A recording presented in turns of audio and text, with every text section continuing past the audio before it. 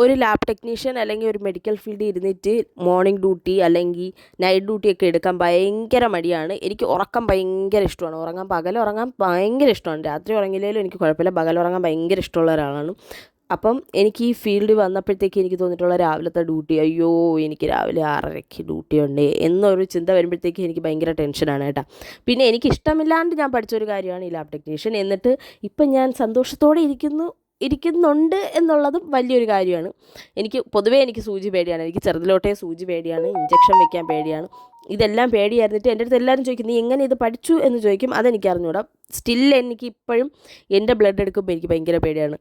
അതെന്താണ് എന്ന് എനിക്ക് അറിഞ്ഞൂടാ. അതറിയാതുള്ളൊരു കമൻറ്റ് ചെയ്യണം. ഇതുപോലെ സൂചി പേടിയുള്ളവർ ഉണ്ടെങ്കിൽ കമൻറ്റ് ചെയ്യണം.